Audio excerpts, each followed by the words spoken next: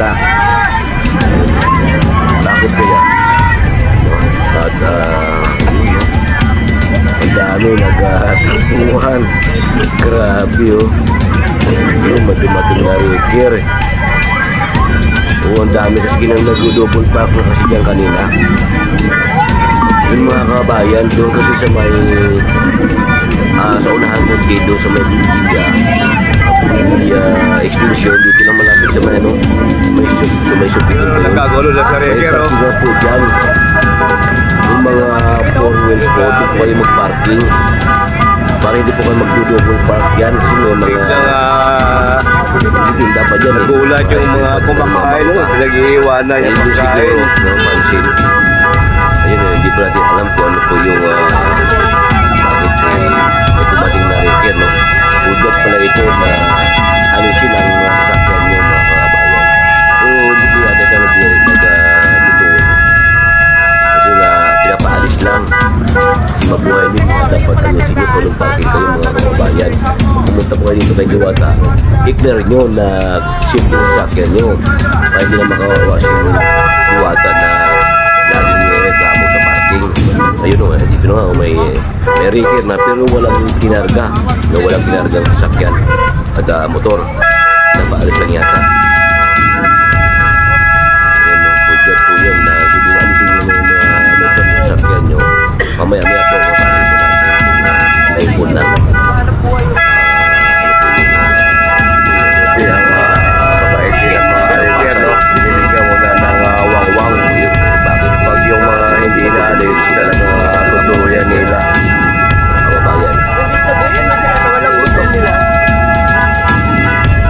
Kababayan.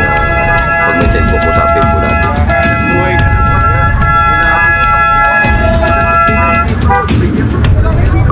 Dito sa kabila, ganun din po mga kababayan, no? Dapat ayusin nyo, huwag kayo mag-double park yan. Kasi yung mga nagtitinda pala dyan, ayusin nyo yun para hindi po kayo nakakaabalak. Hindi naman na lagi na ano si Madam Diwata. Misa kasi po yung nasa loob, kaya dito yung sa labas. Ayos nung mag-park, ako nga dyan maayos ako ng park, kaya yung dala ko motor. No, kasi guys, pag mga 9, Diretso print, pinakabala. Reker. Hanggang grabe yung kalasan ng natalina, no? ngayon ng gabi po hanggang madaling araw na siguro, dito na po sa labas yung parking po ni Diwata. Kaya ayan no, pinagpaalis nila. Dapat dito, binigyan nila ng ticket. O may magka-parking. Kikita pa sana yung pasay dito, no? Kasi kumakain naman. Dapat tikita na lang nila ng parking fee.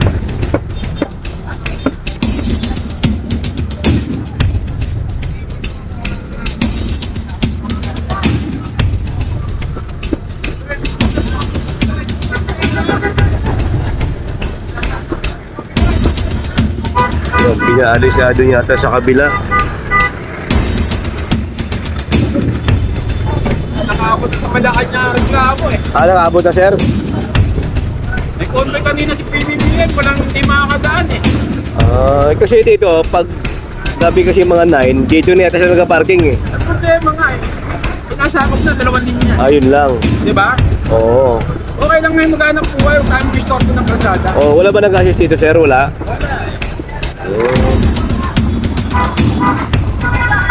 Ano sasabihin?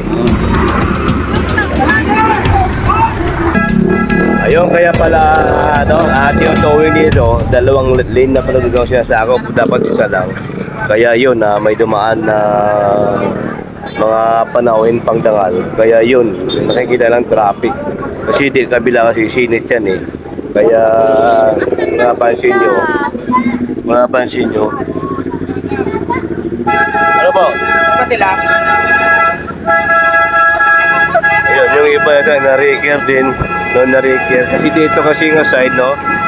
Itong linya, meron na nga nakapark dito. Kaya yun, bahala na yung ibang dumadaan. Siguro, may nagreklamo. Umabot na po sa Malacanang yung reklamo dahil nga doble po yung traffic dito. Kaya yun, pinapaalis na lang. Pero wala namang siguro wala namang naituwing. Kaya alis lang. Ayan oh.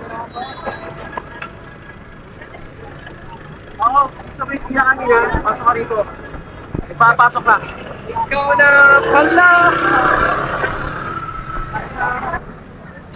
Ayun po, nakausap po natin yung task force po ng Pasay. Request na po na galing sa AND na hindi naman po talagang bawal, kaso lang nakita kasi po ng taga-Senado, no, na dito ay 2 lane na po ang inoccupy nila ng parking, kaya dapat dito lang aside at maayos sana. Kaso lang, dito kasi nga side may tumitinda na mga ice cream, yan katulad ice cream. Oh. Kaya yung ibang mga sasakyan, tulad yan, oh, ganyan na po. Ayun, minsan kasi ang dumadaan dyan, yung mga taga-Senado, napansin po nila na punong-puno na po yung daanan. Kaya yun, talagang pag walang reklamo po, wala naman siguro na mag-repair dito. So yung mga motor, dapat ayusin lang para hindi po tayo maabala din. Yun po, at nakausap po natin yung mga task force po ng Pasay. Hindi naman talaga bawal, pero siyempre itabi lang ng maayos kasi nagreklamo po sa kanila na hindi na po maganda yung yung mga parking, no, kumbaga tabingi-tabingi na po. Kaya yun, hanggang doon, no, nakita po hanggang doon. Yun po sinerbatuhan niya na na hujyak yan na tanggalin nyo yung sasakyan nyo o mga motor, kasi pag hindi may kasama po silang towing yung sasakyan, no.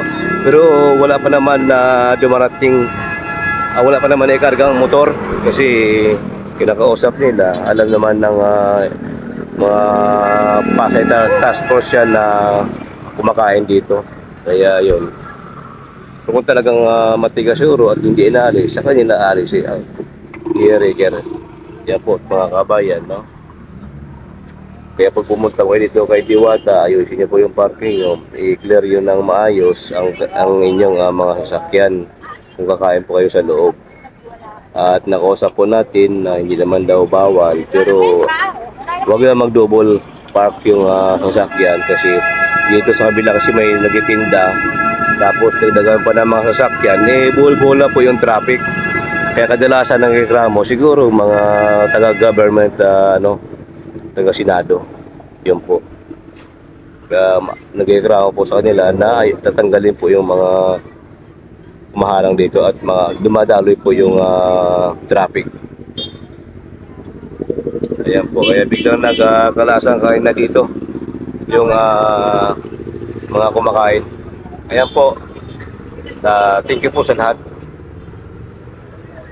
Roger TV, Miga Lausadan po. Thank you.